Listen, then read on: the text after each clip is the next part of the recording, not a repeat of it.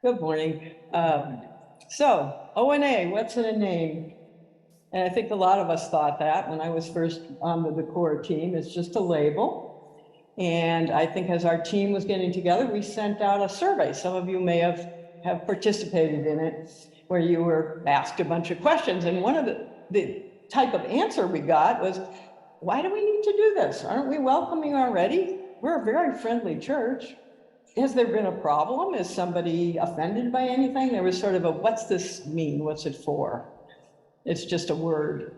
And aren't our actions really more important? And we're a very friendly, opening, welcoming church.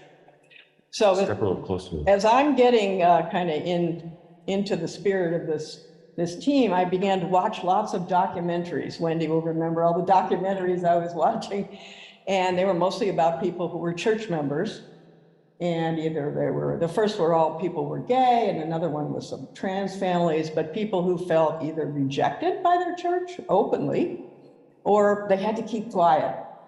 And these were people that didn't want to reject the church. They belonged to churches. You could just say, the heck with it, walk away.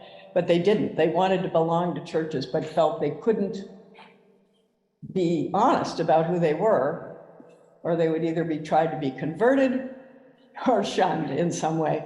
So I got to thinking about that a bit and said, maybe it is important to actually make a statement as opposed to just saying, yeah, we're welcoming, can't you tell? And I also then realized that UCC has this designation called open and affirming. And you adopt a covenant, and you either are open and affirming or you're not. There's not a middle ground. You either adopt this or you don't. And that is an action too. So as I sort of got into it, I began to think that was an important thing as a message to the congregation, to people that might think about visiting us, to people who never ever want to set foot in a church, but they're in the community of who we are or aspire to be, which is what the covenant does. As far as how we live it out, it was clear when we were going through this and taking those ONA trainings that churches live them out in different ways. There are many, many, many ways you can live them out. And that's something that remains to be seen. But I think this was a first step, and it sort of tells the world who we hope to be. Morning. So today we're celebrating an event that happened a year ago, the adoption of our open and affirming covenant. But we also look ahead to the future, knowing that our work is not done. In this broken world, I challenge us all today to think hard about how we can live more fully into a Christian call of witness, welcome, and love for all. Educating ourselves, learning and reflecting about the discrimination and marginalization of people in our society is an important part of that. We need to understand the issues that others are facing and recognize that the legacy of past injustices remains all around us. And I'm not just talking about LGBTQ+ people, but also those harmed by structural racism and those harmed by discrimination due to their age, their abilities, immigration status, education, and income level. At Payson Park Church, our faith has always been rooted in action. I challenge us all in the coming year to both educate ourselves and take actions that restore human and civil rights, respect, and dignity in our world. Along these lines, I'm encouraged by our growing collaboration with Common Cathedral and our new partnership with Beaverbrook STEP, which you can read about in today's bulletin. With hate crimes on the rise, with dozens of states banning or proposing banning gender-affirming healthcare, with Florida's Don't Say Gay law and plans to defund all diversity programs at their public colleges, with police brutality and mass incarceration of Black people, we have a lot of work to do.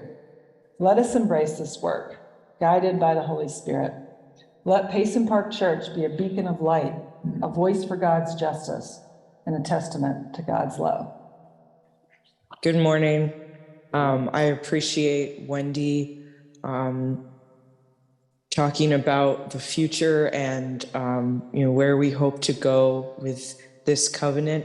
And I would like to take a moment to reflect back more on the past year. And as I thought about this anniversary of our open and affirming covenant, it made me think of an Old Testament story. In Genesis, Jacob is traveling with his family and servants. He sends them onward across the river of Jabbok, along with all his belongings, until he remains alone at the riverbank. He spends the night there, wrestling with a mysterious man for hours until the break of day. Some people interpret this mysterious figure as an angel, as God, or as an early incarnation of Christ. They grapple fiercely with each other, and Jacob's hip is hurt in the conflict. However, when daylight comes, the two see each other face to face, and the angel blesses Jacob to continue on his journey, for he has fought and not given up, he has prevailed, and he is changed by it. As a church community, we went through a long and emotional process to arrive at our covenant a year ago. It was an issue of welcome and justice that we could no longer ignore, and we had to wrestle with, despite the discomfort and uncertainty.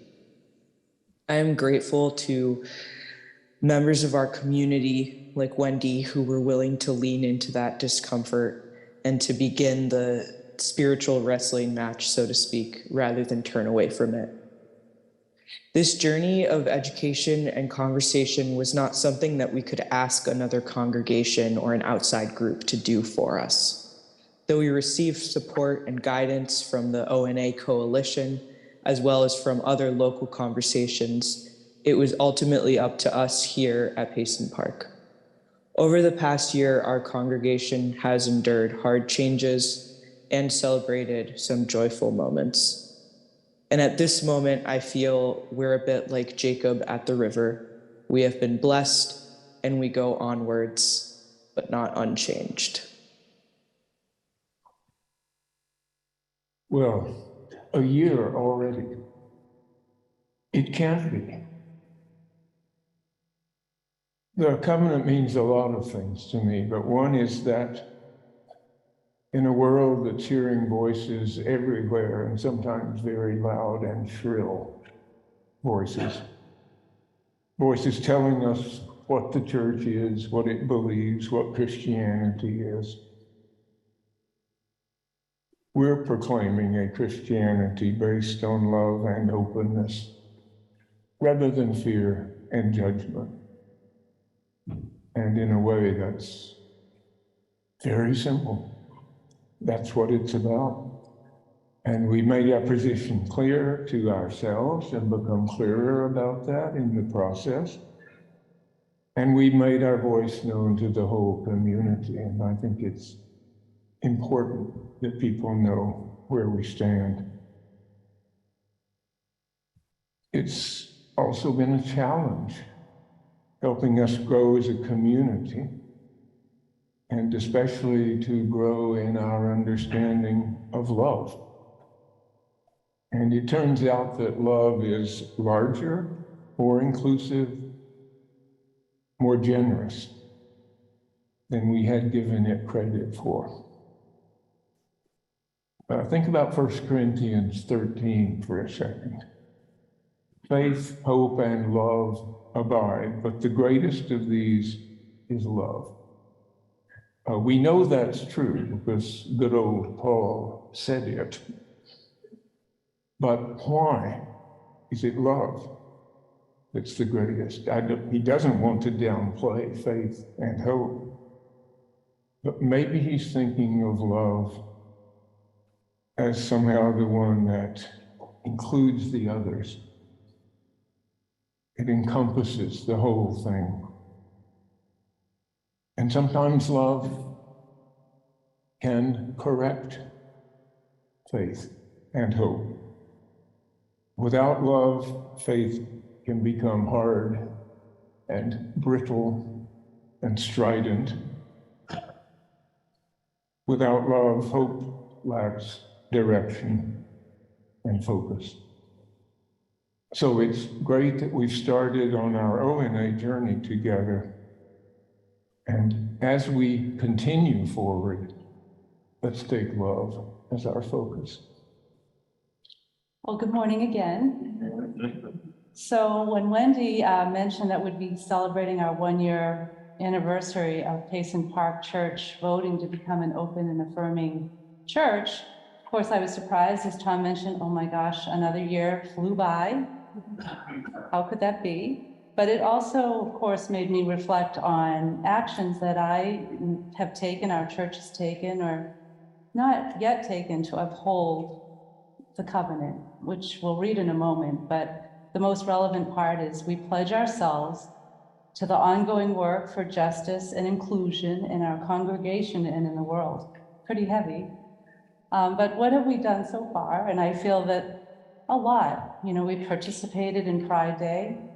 Our church members went and were, I'd say, a good presence there.